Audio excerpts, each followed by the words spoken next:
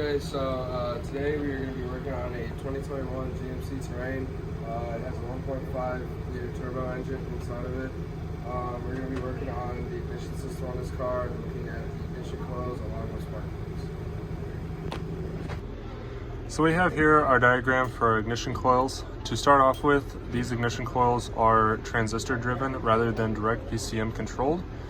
So to start with, we have our 12 volt feed here, which goes through the primary coil on each ignition coil and into the transistor.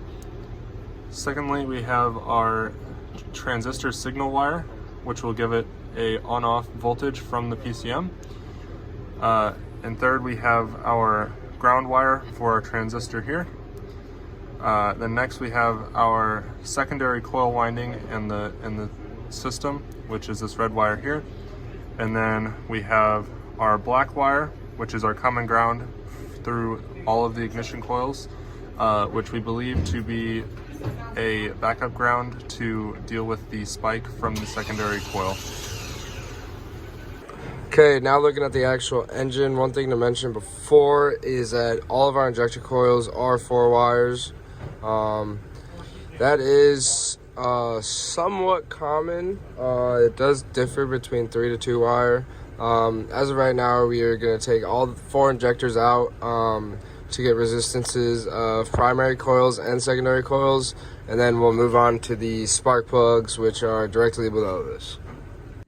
Okay, currently we have all of our injectors pulled out, starting with injector 1, injector 2, injector 3, and injector 4. We do have a 4-pin system, so we do have 4 pins in there, if you can see it. We are going to place our common lead onto the ground. Currently, with pin 1 on the far right side, that's the common coil ground. Pin 2 is the ground for the transistor, which is inside the spark plugs.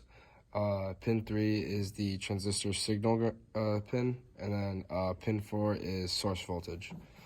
So if I put my negative lead onto pin 2, I'll go to pin 4 and test the resistance there, if I can get it to stay.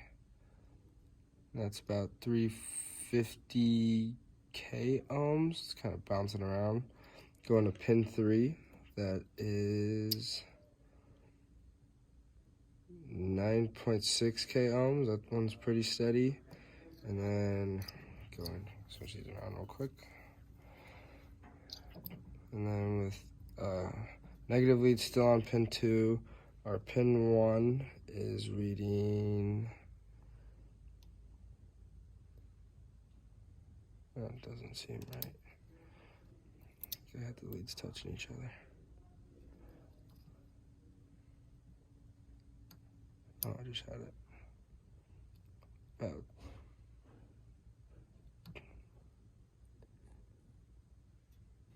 2.3 k ohms about, if it'll stay on the screen long enough. There you go, 3.0405 k ohms. Alright, so we have all the spark plugs out here from this vehicle. This vehicle does have iridium spark plugs. We're going to go ahead and test the resistance of each of the spark plugs. So we're going to be testing from the terminal to the center electrode. So I'm going to go ahead and hook up my negative alligator clip to the terminal and then test to the center electrode. And it looks like for the first one we're getting 5.6 kilo ohms.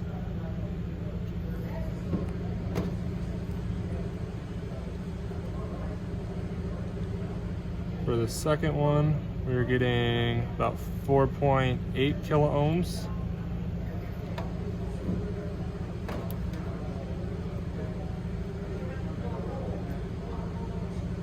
The third one, we're getting about 5.2 kilo ohms.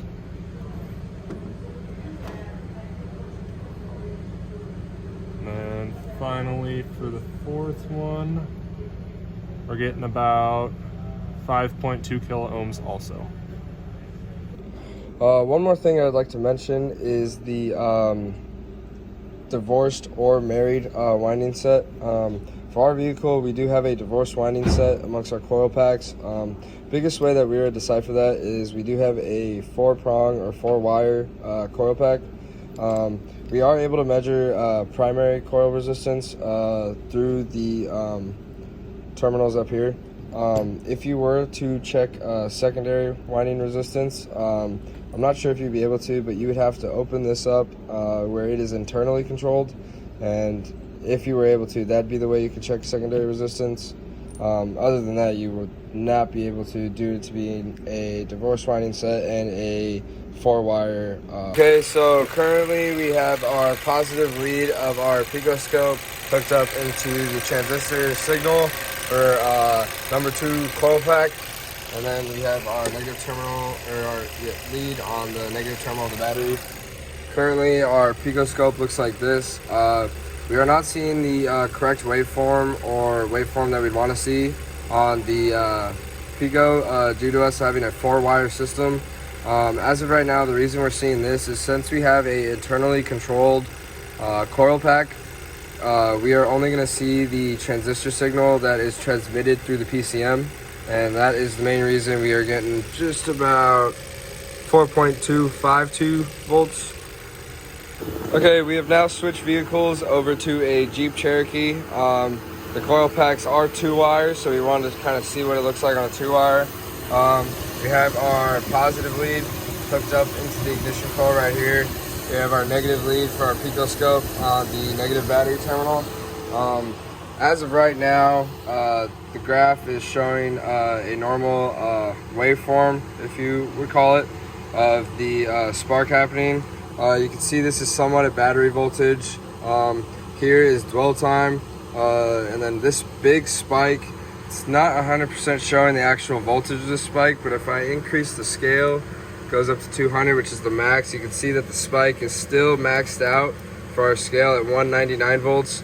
So the voltage does go pretty high, between 200 to 300 volts. Right after this big spike, which is when the spark is happening with the spark plug, this is basically leftover voltage, and that came from spark, and then it soon settles out back to battery voltage. Okay, now we've kind of scaled everything differently so you can see multiple on the same screen. We still have our leads hooked into the same coil pack, along with our negative leads still on the negative battery terminal. What we're going to do right now is give it a couple revs.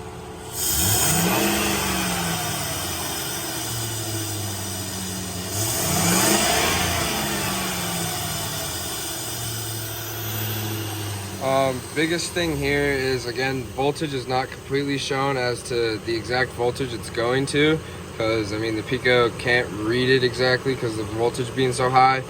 Biggest thing you can take away from this is how many ended up popping back on the screen. Obviously, as you increase RPM on the vehicle and increase load on the vehicle, the engine is going to need to spark more because the pistons are moving much faster. One more thing that we're going to be doing on this vehicle that we switched to, which is the Jeep Cherokee, is we're also going to be measuring the resistance for the primary coil windings along with secondary coil windings on the coil pack. Come over here, we currently have it hooked up to the primary, which is up top on a 2-wire system. We're currently reading 0.8 ohms. Generally, you want it less than 1 ohm, which I would say this is in spec. We're now going to rotate over to be measuring secondary. And this one, you're going to go from the signal pin to the bottom of the coil pack. We are currently reading 7.5251 k ohms. Generally, a good specification for this is between 5,000 to 20,000 ohms. So this coil pack is also in spec.